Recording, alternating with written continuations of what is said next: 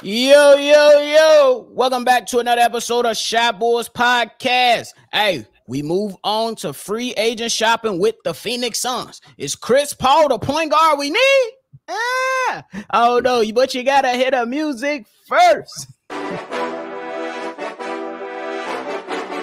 Cognac. Gang.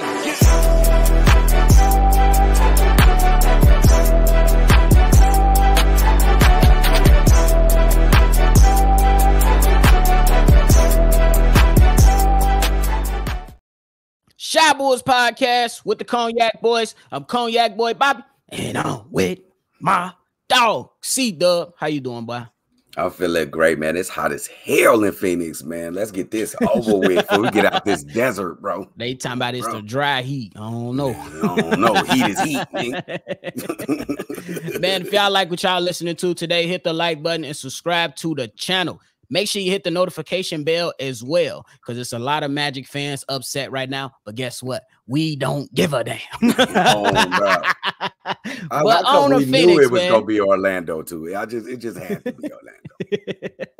We move on to the Phoenix Suns, though, man. So y'all know how we do it. We look at these free agents who are potential signings for the Chicago Bulls. We look at them. We let you know who we gonna rock with, and we let you know who we gonna pass. So, looking at these guys right now for the Phoenix Suns, we got Bismack Biyombo, Darius Bazley, TJ Warren, Damian Lee, Josh Okogie, Jock Landale, Ishmael Wainwright, Terrence Ross, and Saben Lee. Just hearing those names right off the tip. Who you looking at first? Let's just look at the top. Look at Bismack Biyombo. You know, he had a spark when he started, but now I forgot that Jay-Z line. He had a spark when you started, but now you don't make it or something. Like, I forgot. I'm getting old, y'all. But Bismack Biyombo, you know, he still do what he do. He get rebounds. He used to be a shot blocker extraordinaire, but I pass on Bismack Biyombo. I'm gonna skip this guy, Darius Bazley, this power forward, and he's 22 years of age. But I'm gonna just pass on him. I ain't gonna be disrespectful or respectful. I'm just gonna pass on him. TJ Warren is very interesting because he had a spark in Indiana. We remember his battles against Jimmy Butler, and I think that was the playoffs, or it might have been the bubble. It was a bubble and a little bit. They don't like each other at all. At all. He really not a defensive player. He does have the size to be 6'8". I think he is.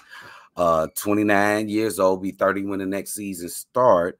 TJ Warren is interesting. I don't want to pass on him, but I wouldn't be mad with a bench piece. But I think Phoenix Suns would probably try to keep him. He's an unrestricted free agent. They probably can get him for the low, but I'm gonna pass because I know Phoenix gonna probably keep him. Now Damian Lee is a young shooter, and I don't understand why Monty Williams didn't play him. Oh, bro, but that kid was a shooter all year, and he didn't get much tick in the playoffs. So I would definitely look at Damian Lee as a shooter coming off the bench for the Chicago Bulls. He could definitely keep the floor spread, and he could be a knockdown shooter. He just needs time on the floor. So I like Damian Lee. Josh Okogie is another player that I like. He brings defense. I liked him ever since he was playing with Derrick Rose in Minnesota. He's an energy player. He's only 25 years old when the season starts.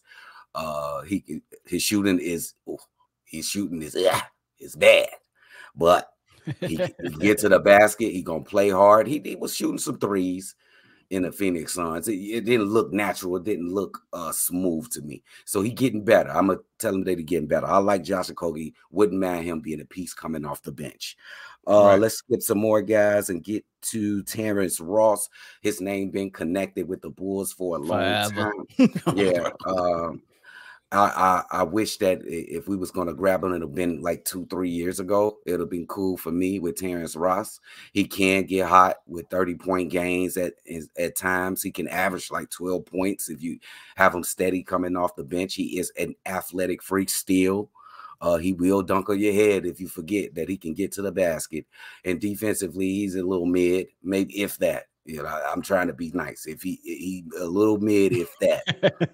But I say with Terrence Ross, I'm gonna say just a little bit too late at 32 of age, maybe 3 years ago, maybe yes, but now I'm gonna pass. Yeah. For sure. I'm definitely rocking with the list. To me, right now, all these free agents, they just seem like a bunch of rotational pieces that you could probably snatch up. Not gonna lie. You got the shooting. You talked about it, TJ Warren. Man, I don't know if I want to bring that type of attention because every time Jimmy play us, he already want to smoke with us. Now we got to add extra smoke. I ain't saying run from no problems, but sometimes TJ Warren have not responded well against Jimmy Butler. So we not trying to add on. You know what I'm saying? Of course, we want the competition, but when you run into guys like TJ Warren going against Jimmy Butler and they yapping their mouths and going at each other for a game, and Jimmy Butler constantly getting the upper hand of him, it's just not good, bro. It's just not good. But overall, I will still say he's a solid role player. Did not receive much time with the Phoenix Suns in that playoffs. For some reason, Monty Williams, his rotations was shrunk like a mud. He was playing guys 42, 44 minutes per game, and it was just bad. But I would say an interesting guy would be Jock Landale as a backup center. He came in and he is restricted, so the Bulls will have to match anything or give him an offer, and then the Phoenix Suns will have to match. I don't know how far you willing to go with Jock Landale, but I think it's not a bad option. I think there's more options out there. That you can, like when we looked at Mo Bamba with the Lakers, or when we looked at Naj Reid, or when we looked at Jackson Hayes. I would say those are more better options for the Chicago Bulls. But I got to give Jock Landale some love because in the playoffs, he don't make nowhere near as much as DeAndre Ayton. And I can argue that Jock Landale was better in the playoffs than DeAndre Ayton. So okay. I feel about him. I feel you on that. I mean, DeAndre did average a double-double. He did, but that's just the averages. But we, you know how we do it. We look at the numbers, but we also do what the eye test say. Yeah. And to me, he was just more impactful. He brought more energy. When it seemed like DeAndre Ayton, he was taken out of games, and you got Jock Landale in there playing mindless, like he was getting paid the big money. You know what I'm saying? At least when you compare those two. So you saying toughness, fire? That's what I would say he got some toughness to him, and I would say he got some. It's DeAndre Ayton. For sure. Yeah, you definitely will pick Ayton over him. But in that playoffs, DeAndre Ayton did not look good, man. He was throwing fits on the bench. He was being a problem to the coach. He was being a problem to his players. Like you got Hall of Famer Kevin Durant on your team, and definitely one of the top 20 players ever. And then you got a young scoring guard and Devin Booker, two guys. If you just show up, you give them a little bit more help. I mean, we're not saying they beat Denver, but it definitely would have been like, at least my opinion, 7 games. It did go 6, but it at least could have been a 7-game series for sure if DeAndre Ayton shows up. Yeah. Phoenix just signed the coach, right, from the Lakers, right? Yeah, they signed Frank Vogel, so he will be taking over. And I understand. I'm gonna say this though, real quick. I understand why DeAndre Ayton had his resentment towards Monty Williams. You didn't congratulate your young player for getting his bread. You ain't even call him. Sometimes players will feel that way. Like you be like, damn, man, you supposed to be the leader of my team. You supposed to be my head coach. Typically, head coaches look out for their players, right? But you ain't called me. You ain't show up to my press conference. So I feel what DeAndre Ayton, you know what I'm saying? But I still knock him a little bit because, bro, you in competition, bro. You got to compete at the least. Absolutely. Yeah, no way around that. I think DeAndre Ayton is this because this coach, what's his name again?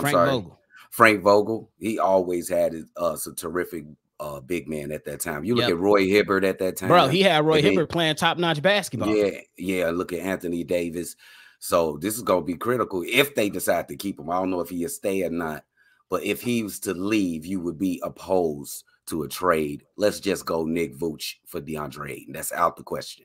I think I'll keep Nick Vooch instead of DeAndre Ayton. What about you? Yeah, I'm a rock with Nicholas Vucevic. He's more dependable, more durable. Well, kind of around the same with durability, but he offers more of a package, and you know what you're gonna get out of Vooch. You know what I'm saying? But Ayton, okay, yes. Yeah, so I'm sticking with Vooch. You know what you're gonna get out of him. Hopefully a change of scenery does benefit Ayton, because now he gonna get a coach that he can start off fresh with. So he might be a bit more receptive to what his coach is preaching, but he still gotta be receptive to what the stars on the team is expecting of him too. So absolutely, it's a combination of both. Yeah, Phoenix Suns gonna be doing a lot of shopping this offseason. I think they're gonna be doing a lot. They gotta fill that team around those two guys, bro. They gotta fill the team out, and then I also think they need to go ahead and look at some replacement or some assistance to the point guard position. I like Campaign. Yes. I think he got a little fire to him, but you need something for the long term. So it's definitely starting to look around for that. Speaking of Chris Paul, I gotta throw this out there for you. throw that shit out there if I can hit it out the park like Sammy. Sammy before the skin color change, bro. Yes, absolutely. You know, the way to hit that motherfucker be like, oh, bro. Sammy. For real. So that was a trade hypothetical that was placed out by Bulls Wire writer Jack Simone. He suggested that the Bulls trade for Chris Paul. In that trade, it'll be Lonzo Ball, Alex Caruso, and another smaller contract, maybe like a Ayo Sumu or somebody that ain't making that much, a DJJ, something like that. I already know how I feel about it. I touched up on it. We never got your thoughts. Go ahead and knock it out the park, Sammy. Bro, that wasn't nothing but a fastball down the middle. Get that shit out of here, right over the ivy. No way. No way we can do that, bro. The man is damn near 40 years old. He making $30 million. It don't work age-wise. It don't work financially-wise. It don't work floor-wise on the court. How long is he going to play? 10 minutes a game? 15 minutes, 20 minutes a game? We don't need that. We need a younger point guard that could play at least the same amount of minutes as everybody else. Is he going to be reliable if we ever get to the playoffs? Is he going to be able to play in the playoffs with us? No way. Can we run up and down the floor with Chris Paul? He's a great half-court point guard right now. We ain't running up down the floor with. You see, Campaign actually turned out better than Chris Paul in those playoffs. Bro, he actually helped him. Yeah, because he pushed the ball a lot, and I don't think Chris Paul is able to push the ball at this point in age. Not for a full season. Not for a full season. It's unfortunate, man, because Chris Paul, he'll be on the road having good games and be on a nice little streak. Boom, hamstring injury. Boom, hand injury. Boom, groin injury. Boom, another hamstring. Like at the most key moments, man, it's just unfortunate, and that's what we was preaching before. You know what I'm saying? We like before he got hurt, we like Monty Williams. You need to slow down on Chris Paul. And Lord behold, Chris Paul got hurt. And I'm with you on that. We got to pass on that one. Pass on that shit, bro, because that shit crazy, bro. And the $30 million just don't even look my way if you talk about $30 million. Stop. And I kind of want to know what was Jack Simone thinking about to where you want to give up Lonzo Ball. Okay, I understand that he ain't playing anyway. I was going to say this. But I was going to say, but what about Alex Caruso? You're literally taking away one of your Swiss Army knives from the team. One of your, you could argue the best defender on your team next to Patrick Williams. And then another smaller contract. We are depleting our team for what? For a hope that Chris Paul can come in. And we know that he's going to be a benefit. He's going to run the offense. But it's going to be some things that you got to accept with that, too. And you kind of map some of those out, too, when it comes to finances and age for Chris Paul. Yeah, and I think the Bulls need to play fast, and I think this is the wrong way. Leave that old-ass Ninja Turtle where he at.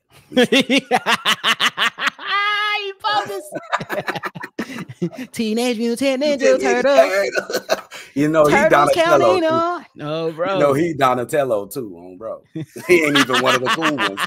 He ain't even one of the coolest. He Raphael or Michelangelo. He Donatello, bro. He's funny. He's funny. But yeah, bro, I'm definitely passing up on that. Now, we talked about years ago. Give me about Chris Paul 8 years ago when he was 30. Yeah. When he was 30. Hell, even when he was 32, 6 years ago. But he's 38 now. And you said it. You said it while we was prepping. Look at his 38-year-old body versus LeBron James' 30-year-old body. I know they're in two different rounds when it comes to stardom, but look at the production. He can still produce. Yeah. But at smaller clips. He didn't. You know this is why I'm gonna give LeBron James, and I know we ain't talking about the Lakers right now. That $1 million investment in his body, I think more players should invest like LeBron did in his body. You know what I'm saying? Because it just works. The proof is in the pudding. This man can play till he 42, for sure. Pretty much. So, bro. Well, there you have it, y'all. We got a couple players. We feel like the Phoenix Suns offer a lot of rotational players to kind of help shape out the Bulls. Probably provide some shooting and some size. Y'all let us know how y'all feeling. Go ahead, get a final thoughts, bro. It's been interesting in Phoenix. It's hot as hell. We got Ninja Turtles crawling all over the floor. Where we going next, nephew? We going up Portland. Oh, bro. We going to see Dame. We going to see Dame Dollar. Dame, you still want to be a Portland Trailblazer, my boy? Let me know. A good one right here, nephew. It's definitely going to be lit. It's definitely going to be good. But y'all already know, man. That's it from us today. Let us know who y'all will be looking at. Let us know if y'all gonna just pass on a lot of these players, or if y'all see one that you'll be like, hey, he can come in and be a rotational piece for my team. And y'all already know. Subscribe here for all your latest Bulls content. If you want to be a part of any mailbag or voice mailbag episodes, send in a voicemail or a text message at 773-242-9219. And of course, see Red. It's another episode of Chicgao Bulls Podcast. I'm Bobby. That's CDubb over there. We're gonna catch y'all on the next. Teenage Mutant Ninja Turtles, Teenage Mutant Cognac. Gang.